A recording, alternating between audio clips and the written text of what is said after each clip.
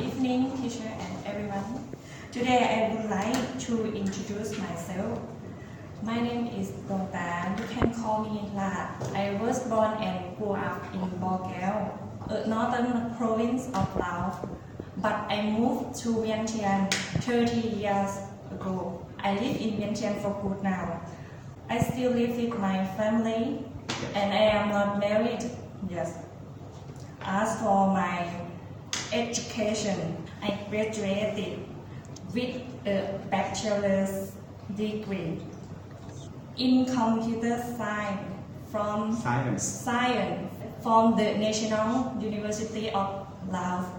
As far as my work experience, I am currently working for the Lao Post Company and am stationed in the Vientiane Capital branch at the head of International Mail Service Unit. I am responsible for two main tasks.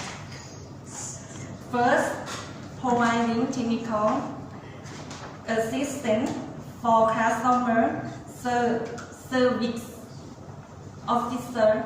Second, supervising our duty of the counter service officers. And lastly, doing whatever else my boss assigned for me. Alright, everyone. That's all about myself. Thank you for listening. Okay, good.